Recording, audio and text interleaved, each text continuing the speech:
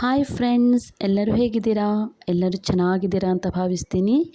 ನಿಮಗೆಲ್ಲರಿಗೂ ನಿಮ್ಮ ಪ್ರೀತಿ ಯೂಟ್ಯೂಬ್ ಚಾನಲ್ಗೆ ಸ್ವಾಗತ. ಇವತ್ತು ನಾನು ನಿಮಗೆ ಕ್ಯಾಪ್ಸಿಕಮಲ್ಲಿ ರುಚಿಯಾಗಿರುವಂತಹ ಗ್ರೇವಿಯನ್ನು ಹೇಗೆ ಮಾಡೋದು ಅಂತ ತೋರಿಸ್ಕೊಡ್ತೀನಿ ಬನ್ನಿ. ಇಲ್ಲಿ ನೋಡಿ, ನಾನು 2 ಕ್ಯಾಪ್ಸಿಕಮನ್ನು ಈ ರೀತಿಯಾಗಿ ಸ್ಲೈಸ್ ಆಗಿ ಕಟ್ ಮಾಡ್ಕೊಂಡಿದ್ದೀನಿ. ನೀವು ಈ ಥರ ಸ್ಲೈಸ್ ಬೇಡ ಅಂತಂದರೆ ಚಿಕ್ಕ ಚಿಕ್ಕ ಪೀಸಾಗೂ ಸಹ ಕಟ್ ಮಾಡ್ಕೋಬೋದು. ಒಂದು ಈರುಳ್ಳಿಯನ್ನು ಸಹ ಈ ಥರ ಸ್ಲೈಸ್ ಆಗಿ ಕಟ್ ಮಾಡಿಕೊಂಡು ಈ ಕ್ಯಾಪ್ಸಿಕಮ್ಗೆ ಇದನ್ನು ಸೇರಿಸ್ತಿದ್ದೀನಿ. ಇದಕ್ಕೆ ಇವಾಗ ನಾನು ರುಚಿಗೆ ತಕ್ಕಷ್ಟು ಉಪ್ಪನ್ನು ಹಾಕ್ತೀನಿ. ಉಪ್ಪನ್ನು ಹಾಕಿ ಸ್ವಲ್ಪ ಇದಕ್ಕೆ 1/4 ಟೀ ಸ್ಪೂನ್ ಅರಿಶಿನ ಪುಡಿಯನ್ನು ಸೇರಿಸ್ತಿದ್ದೀನಿ. ನಂತರ ಇದಕ್ಕೆ 1 ಸ್ಪೂನ್ ಅಚ್ಚ ಖಾರದ ಪುಡಿಯನ್ನು ಹಾಕ್ತಾಯಿದ್ದೀನಿ. ನೆಕ್ಸ್ಟು ಒಂದು ಅರ್ಧ ಸ್ಪೂನ್ ಇದಕ್ಕೆ ಗರಂ ಮಸಾಲೆ ಪೌಡರನ್ನು ನಾನು ಸೇರಿಸ್ತಿದ್ದೀನಿ. ಇದನ್ನೆಲ್ಲ ಹಾಕಿ ಇದಕ್ಕೆ ಇವಾಗ ಇದನ್ನು ಚೆನ್ನಾಗಿ ಮಿಕ್ಸ್ ಮಾಡಬೇಕು. ನೀರೆಲ್ಲ ಏನು ಹಾಕಬಾರ್ದು. ಇದು ಇವಾಗ ಕ್ಯಾಪ್ಸಿಕಮ್ ಜೊತೆ ಇದೆಲ್ಲ ಚೆನ್ನಾಗಿ ಮಿಕ್ಸ್ ಆಗಬೇಕು. ಸೊ ಚೆನ್ನಾಗಿ ನಾನಿವಾಗ ಇದನ್ನು ಸ್ಪೂನಲ್ಲಿ ಮಿಕ್ಸ್ ಮಾಡ್ಕೊತಾ ಇದ್ದೀನಿ. ಇಲ್ಲಿ ನೋಡಿ, ಇದೆಲ್ಲ ಚೆನ್ನಾಗಿ ಮಿಕ್ಸ್ ಆಗಬೇಕು. ಖಾರದ ಪೌಡ್ರು, ಅರಿಶಿನ ಪೌಡ್ರು, ಗರಂ ಮಸಾಲೆ ಪೌಡ್ರು ಏನು ಹಾಕಿದ್ದೀವಲ್ಲ, ಇದೆಲ್ಲ ಈರುಳ್ಳಿ ಮತ್ತು ಕ್ಯಾಪ್ಸಿಕಮ್ ಜೊತೆ ಚೆನ್ನಾಗಿ ಮಿಕ್ಸ್ ಆಗಬೇಕಾಗತ್ತೆ. ಇದನ್ನು ಚೆನ್ನಾಗಿ ಕಲಸಿಟ್ಟು ಇವಾಗ ನಾನು ಒಂದು ಮಸಾಲೆನ ರೆಡಿ ಮಾಡ್ಕೊತೀನಿ ಬನ್ನಿ.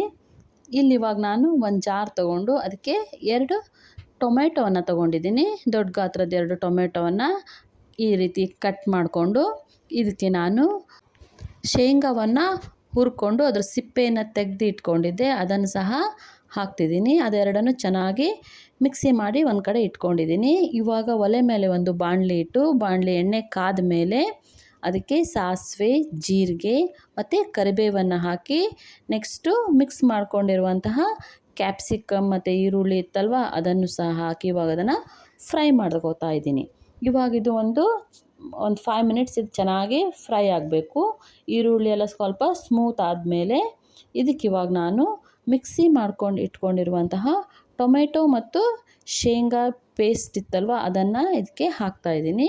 ಅದನ್ನು ಹಾಕಿ ಸ್ವಲ್ಪ ಅದಕ್ಕೆ ಜಾರ್ಗೆ ನೀರು ಹಾಕಿ ಅದನ್ನು ಇವಾಗ ಟೊಮೆಟೊ ಹಸಿ ಹಾಕಿದ್ದೀನಲ್ವ, ಸೊ ಹಸಿಯ ಸ್ಮೆಲ್ ಹೋಗಬೇಕು ಅಂತ ಹೇಳಿ ಅದನ್ನು ಇವಾಗ 5 ಮಿನಿಟ್ಸ್ ಅದನ್ನು ಹಾಗೆ ಬೇಯಿಸ್ಕೊತಾ ಇದ್ದೀನಿ.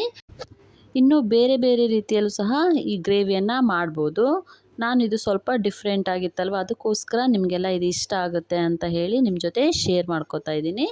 ನೀವು ಒಂದು ಸಲ ಇದನ್ನು ಟ್ರೈ ಮಾಡಿ ನೋಡಿ. ದೋಸೆ, ಚಪಾತಿ, ರೊಟ್ಟಿ ಜೊತೆ ನಿಜವಾಗ್ಲೂ ಒಳ್ಳೆ ಕಾಂಬಿನೇಷನ್ ಆಗಿರುತ್ತೆ. ಪ್ರತಿ ಸಲನೂ ಒಂದೇ ಥರ ತಿನ್ನೋದಕ್ಕಿಂತ ಈ ಥರ ಡಿಫ್ರೆಂಟಾಗಿ ಮಾಡ್ಕೊಂಡು ತಿಂದರೆ ತುಂಬ ಚೆನ್ನಾಗಿರುತ್ತೆ. ಇವಾಗ ಇದಕ್ಕೆ ನಾನಿವಾಗ 1 ಕಪ್ ಮೊಸರನ್ನು ಸೇರಿಸ್ತಿದ್ದೀನಿ. 1 ಕಪ್ ಮೊಸರನ್ನು ಹಾಕಿ ಚೆನ್ನಾಗಿ ಮಿಕ್ಸ್ ಮಾಡ್ಕೋತೀನಿ. ಇಲ್ಲಿ ನೋಡಿ, ಇದು ಇವಾಗ ಈ ಥರ ಚೆನ್ನಾಗಿ ಮಿಕ್ಸ್ ಮಾಡಿಕೊಂಡು ಈ ಟೈಮಲ್ಲಿ ನಿಮಗೆ ಇದಕ್ಕೆ ಎಷ್ಟು ನೀರು ಬೇಕು ಅಂತ ನೋಡಿಕೊಂಡು ನೀವು ನೀರನ್ನು ಹಾಕಿ ಇವಾಗ ಇದನ್ನು ಚೆನ್ನಾಗಿ ಕುದಿಸ್ಕೋಬೇಕಾಗುತ್ತೆ. ನಾನಿವಾಗ ಇದಕ್ಕೆ ಇಲ್ಲಿ 1 ಕಪ್ ನೀರನ್ನು ಹಾಕಿ ಚೆನ್ನಾಗಿ ಮಿಕ್ಸ್ ಮಾಡಿಕೊಂಡು ಇವಾಗ ಇದನ್ನು ನಾನು ಕುದಿಯೋದಕ್ಕೆ ಬಿಡ್ತೀನಿ. ಇಲ್ಲಿ ನೋಡಿ, ಇವಾಗ ನಾನು ಇದನ್ನು ಮುಚ್ಚಿಬಿಟ್ಟು ಒಂದು 5 ಮಿನಿಟ್ಸ್ ಚೆನ್ನಾಗಿ ಕುದಿಸಿದ್ದೀನಿ. ಇಲ್ಲಿ ನೋಡಿ ಎಷ್ಟು ಚೆನ್ನಾಗಿ ಕಲರ್ ಬಂದಿದೆ ಅಂತ ಹೇಳಿ. ಟೇಸ್ಟ್ ಕೂಡ ತುಂಬ ಚೆನ್ನಾಗಿರುತ್ತೆ.